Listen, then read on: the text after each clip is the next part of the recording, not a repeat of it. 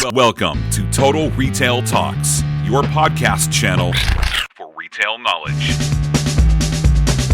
Hello, and welcome to episode 47 of Total Retail Talks. I'm Joe Keenan, Executive Editor of Total Retail. Today I'm joined by Pat Dermody, President of Retale, a location-based mobile platform that conveniently helps shoppers save on purchases from their favorite retailers. We're going to be discussing Retale's recently released Back-to-School Mobile Shopper Report. Thanks for joining me, Pat. Thanks for having me, Joe. Good to be here. Great. So my first question is, can you tell our audience a little more about Retale's Back-to-School Mobile Shopper Report? Give us some of the details, like when was the survey conducted, who did you survey, sort of the background on the survey. Yeah, I absolutely can do that. It's actually a survey that we do every year. We survey 500 people in the pre-back-to-school era, so we did it in July of this year, and asked them various questions about their back-to-school shopping habits, when they start, what devices they use to make their selections, and things like that. So let's talk a little bit about the key findings that emerged from this year's report.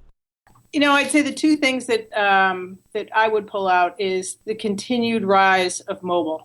Everybody thinks mobile is ubiquitous. We all walk around with our mobile phones in our pocket. People would rather lose their wallet than lose their phone.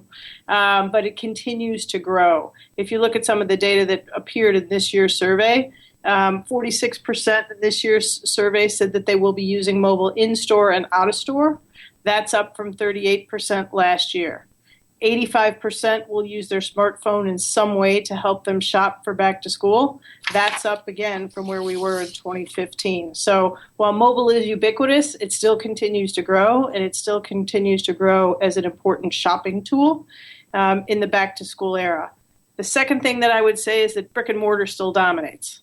80% say at least 70% of their purchase will happen in store.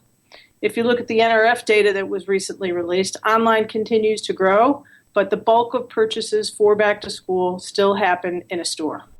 Yeah, it's interesting. It's kind of been, talked about as the year of mobile, it seems like, for the last 2 to 3 years, but it really seems to have gained traction this year, and 2016 really might be the year of mobile. Yeah, I would agree with you completely. I think we saw it last year in 2015, especially as it related to shopping and commerce, and there's really no end in sight. It continues to grow.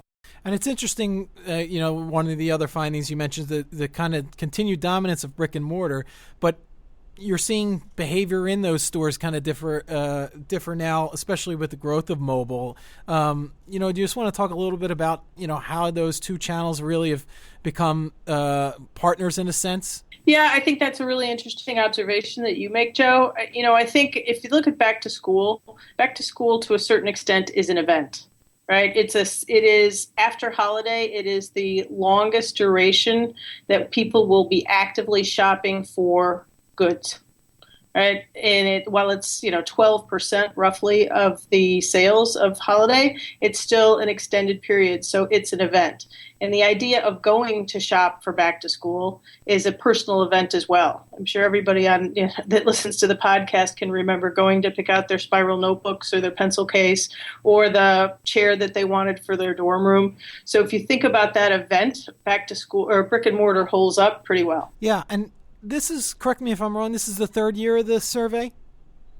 So how did this year's findings compare to previous years? Did were significantly different, some of the trends that emerged? Were there some similarities? What were sort of the comparisons to previous years? I think the one thing that I said earlier continues to hold true is that mobile, if you look from 14 to 15 to 16, mobile continues to increase in its importance and the role that it plays in the shopping journey. You mentioned earlier in the question you asked me before about how mobile has become sort of lived symbiotically with an in-store shopping experience, and that holds true too. Happy to pull out their phone in store and look up something, whether it's information or whether it's, you can pull up in stock if you want to see what's in a store. That ubiquity continues to rise.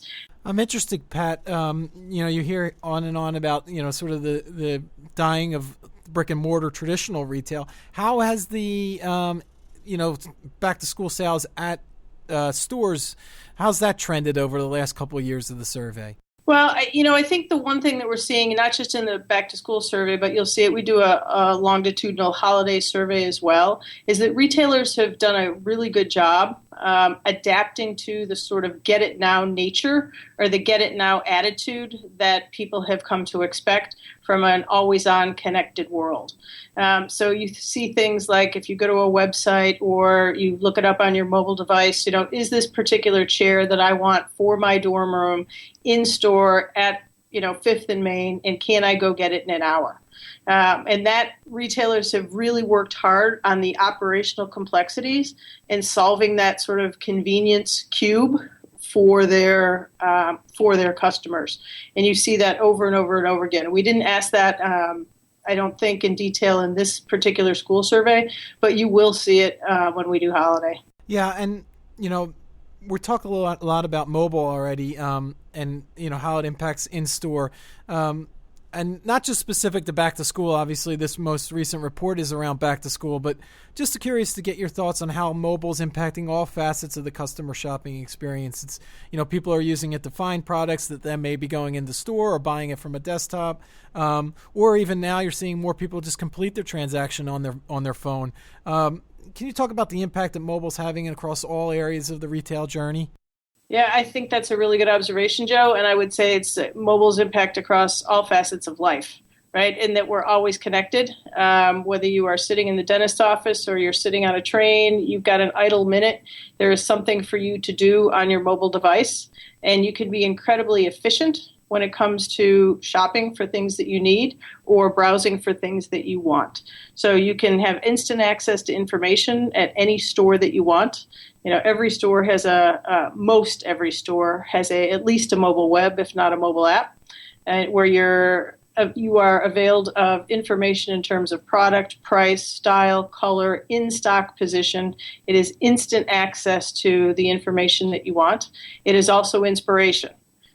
You can sit on the train or on the bus or in the subway, maybe not in the subway, but you can be inspired. Places like Pinterest are tremendously inspirational in terms of what people are looking for. And again, those are things that you can do at any moment of the day because you are always connected. Retailers, like I said before, have sort of configured themselves and their operations around this instant information, instant access that people expect and want. And they are offering their products and their prices and customer reviews and their in-stock positions all available to you on your mobile device. Yeah, it's really a great point how mobile has become that way of life, whether it's, like you said, whether you're interacting with, a social channel on your phone or you're checking email or shopping or what be it, that really that has become sort of the customers and not, consumer behavior, and it's just become standard. Yeah, I think it's interesting, and we could get off on a track here in terms of what the always connected nature, the lifestyle that we always endure, but you're never alone, right? As long as you've got your mobile device, you're never alone. Is that good? I don't know. There are plenty of people who probably say it wouldn't. It isn't good, but that's how we live. And then kind of bring it back to school. Pat, for my final question is, do you just have any thoughts and any advice that you might be able to give our audience of retailers as they prepare for back to school, or not just prepare, and most of them are fully into their back to school strategy? I do, and I would give you an idea that sort of comes from my grade school teaching, and I'll put it under the 3 E's.